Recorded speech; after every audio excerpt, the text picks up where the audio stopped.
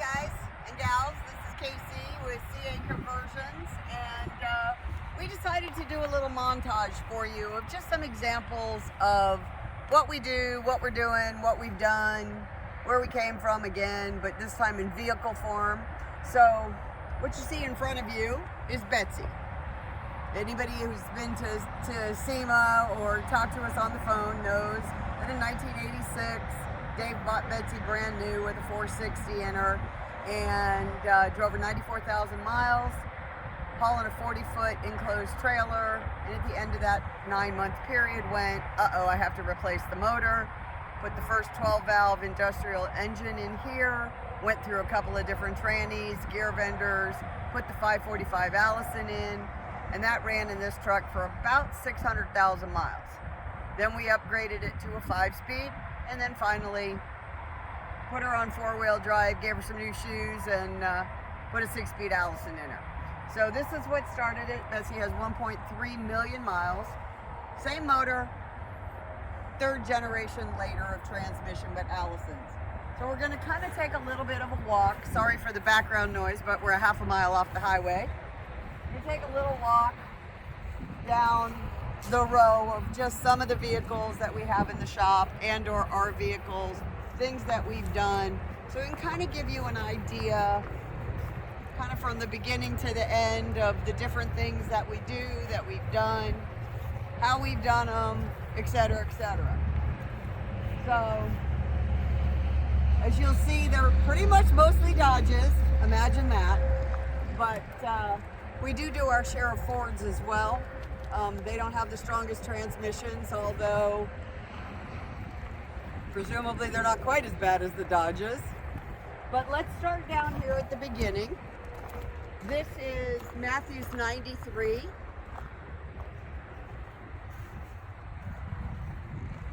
This was originally one of our customers' trucks, and it's a 12-valve rotary with a 6-speed Allison. The customer used it to hotshot. He was out of Washington State, and then after putting a ton of miles on it, he decided that it was time to upgrade. So he went from the 93 VE 12-valve with the 6-speed Allison to this gorgeous 2006 5.9 truck. Same owner. This one now belongs to Matthew, who of course is my son. This one here now is a 2006. It's a 5.9. It is an '06. It's got the manual file in it. Everything in this truck works. His backup lights, his 4-wheel low, his readout on our readout on the dash, which shows him his park, reverse, neutral, drive, M, 1, 2, 3, 4, 5, 6, because he has tap shift in this 2006 truck, just like I'm going to show you in the next truck that is a 6.7 truck. He puts about 150, 160,000 miles a year on this truck, hauling cars and all kinds of crap with like a 40-something foot trailer back behind it. And if you notice, he's got a custom deck because he'll also haul stuff on the truck and the trailer. Next one is going to be a 2007 and a half, but it's a first generation 6.7 truck. This truck we just finished this truck up. Again, everything works in the truck. Backup, 4-wheel low, everything that, everything that you would expect to work works. So this shows you a first gen 6.7 truck. So we've now gone from the 12 valves. We don't have a 24 valve truck on the premises, but we do those as well. Your 5.9 truck, your early 6.7 truck, and then most of you know Puffy, who is my truck, who started out as a 2500 short box, single rear wheel, and then we bought a 40-foot toy hauler and went, yeah, no, that's not gonna work. And then I told myself, the same thing I tell you as customers. It's the evil you know versus the evil you don't. And we cut her in half and turned her into a 3500 long box dually.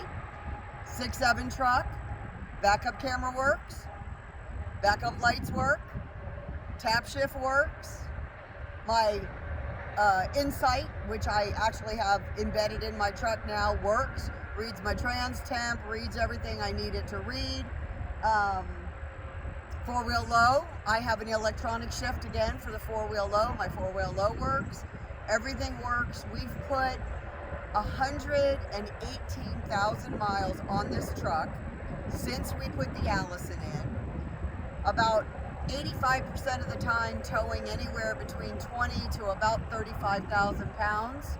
Last time we changed the fluid, which was about 5,000 miles ago, it was cherry red. And she works. I mean, that's her job. She works. Then we go to this truck here. So most of you will recognize this is a 1920 model. This truck has just come in to have the Allison put in. It is not in it yet because, as we told you in another video, in 2019 Dodge changed the flex plate. So we are simply waiting for our new flex plates to come in that is the 10 bolt pattern over an 8 bolt pattern, and then this truck will have the conversion in it and we'll be able to walk you through that one as soon as it's done. But that takes you through pretty much the current generation of Dodges. Now we'll move on to this gorgeous truck, which was purchased the month that my son was born in 1995 by his great uncle. He passed away when Matthew was a senior in high school.